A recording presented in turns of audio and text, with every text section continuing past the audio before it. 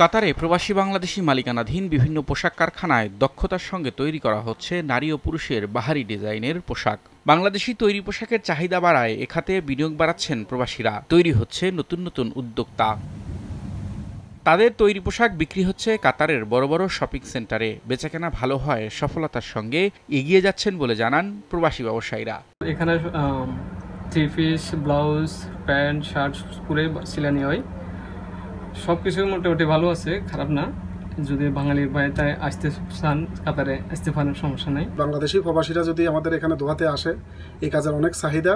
সবাই যদি এই ব্যবসার সাথে জড়িত হয়, তাহলে আমাদের দেশের অনেক সুনাম হবে এবং আমাদের দেশের রেমিটেন্স অনেক উন্নত হবে। ব্যবসায়ীরা বলছেন, শ্রমিক থেকে শুরু করে সব ধরনের মালামাল নিয়ে যাওয়া হয় বাংলাদেশ থেকে। কাতার সহ মধ্যপ্রাচ্যের দেশগুলোতে এই খাতে বিনিয়োগ বাড়লে লাভবান হবে বাংলাদেশও। বাড়বে রেমিটেন্স, শক্তিশালী হবে দেশের অর্থনীতি।